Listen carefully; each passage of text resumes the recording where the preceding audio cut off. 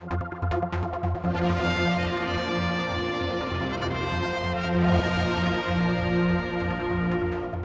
Isle of Man is the safest place to live in the British Isles. That's according to the government, as the Chief Constable's annual report is published today. And with Chief Constable Gary Roberts. Now, the first thing that you say in your report is that there have been two dominating factors. One has been the budget cuts, obviously, and the other, the spate of burglaries that we've had. Now, overall, we've had a 9% increase in recorded crime. Is this all down to your budget now?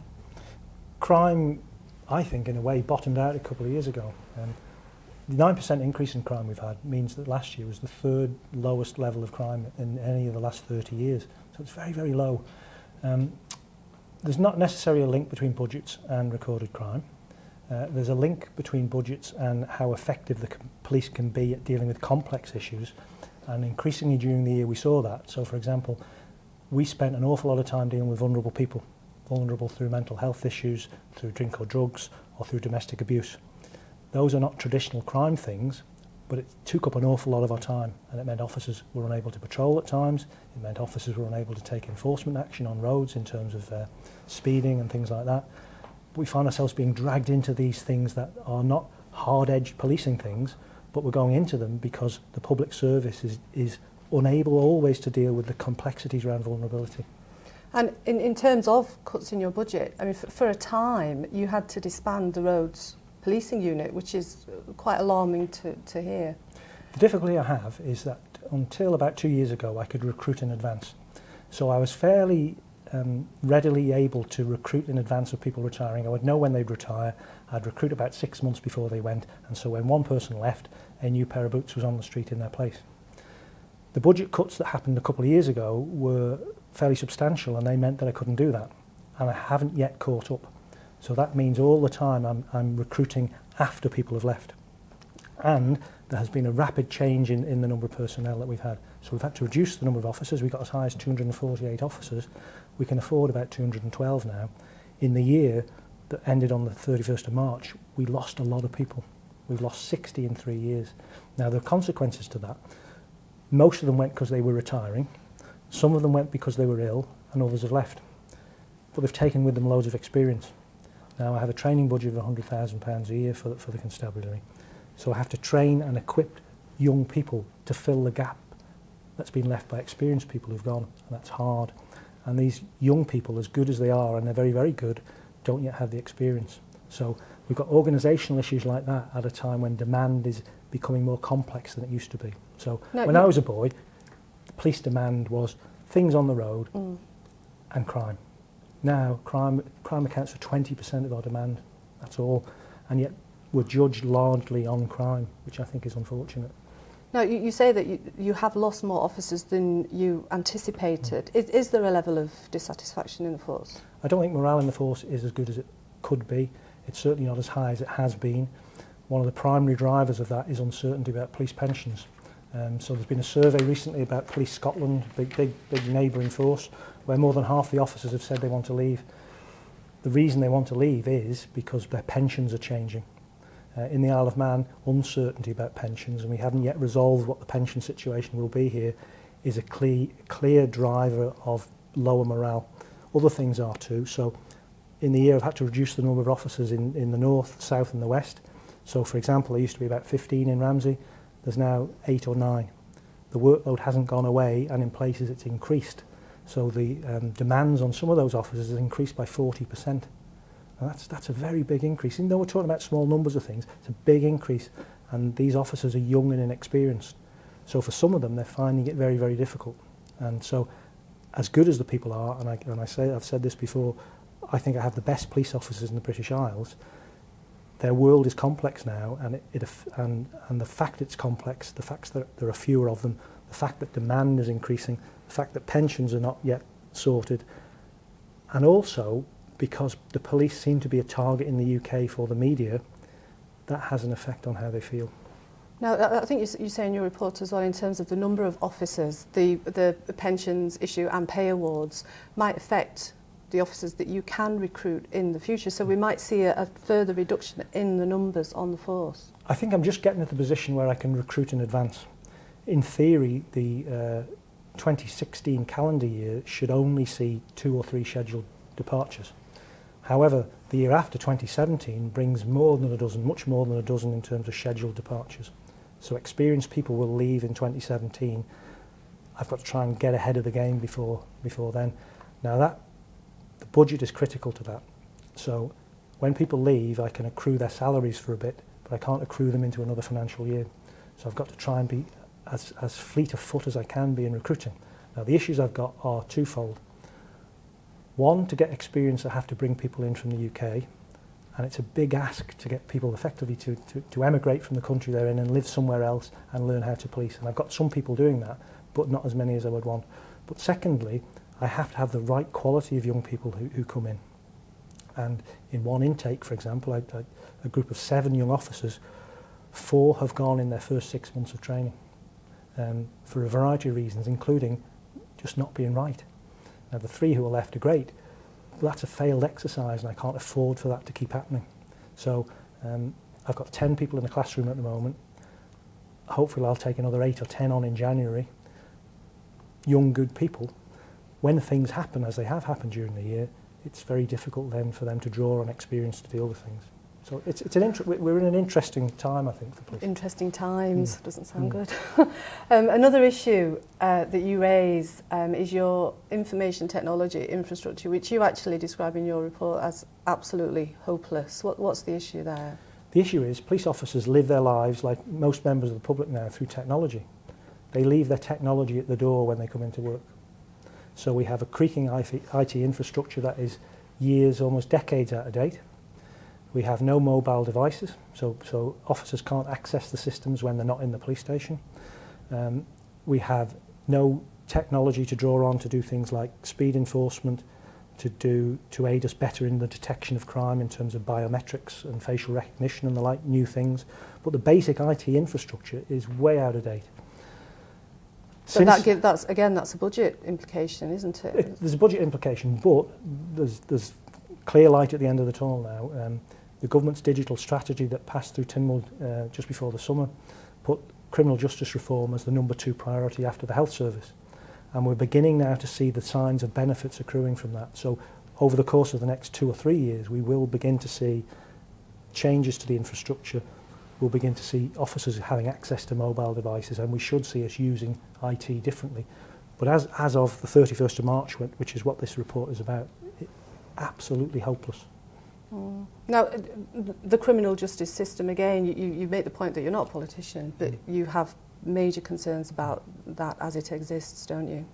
It's poor for victims, it's poor for witnesses, and it's poor for suspects.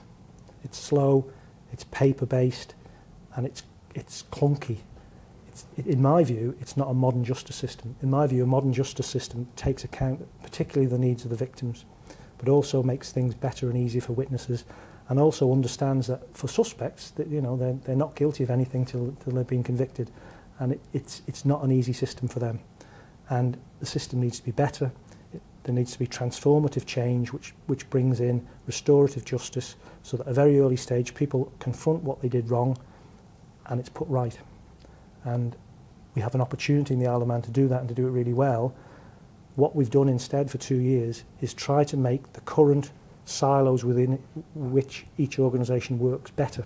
So we're just trying to have better silos instead of stepping back and saying, how can we have a justice system that meets all of those needs? That works. And another issue, which is a timely one, border controls. You've got concerns there, haven't you? Huge concerns about border controls, predominantly around drugs, but also about travelling criminals, including people travelling to commit crimes on the Isle of Man. So in the year when we had effectively 3 spikes in burglary, the first spike was in April, and that was to do with heroin, and the offender died from a heroin overdose. The second spike in the summer was domestic burglaries in the top of Douglas in the daytime, linked to the heroin trade.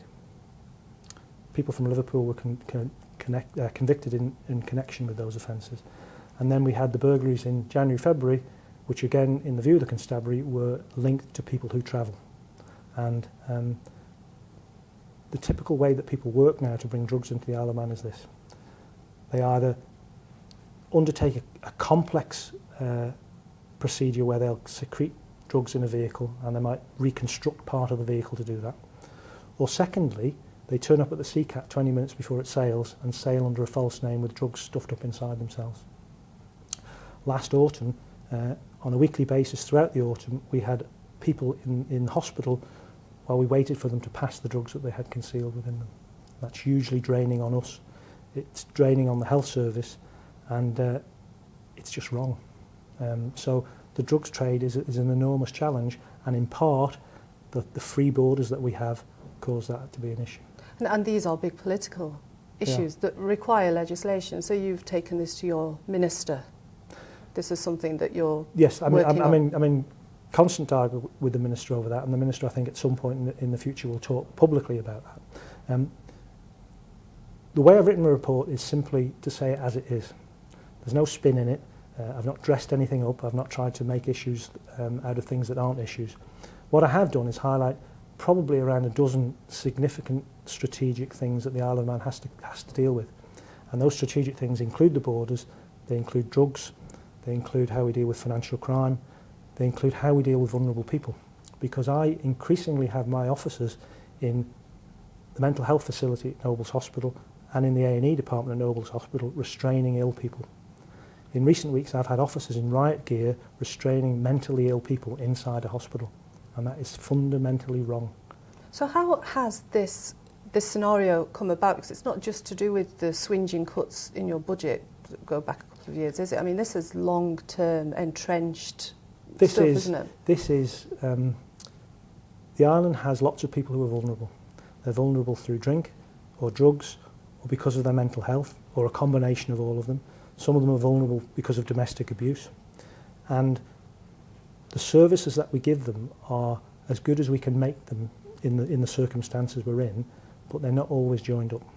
So I have great sympathy for the mental health professionals who find themselves dealing with very difficult, sometimes violent, sometimes dangerous people, and there may not be enough of them on duty.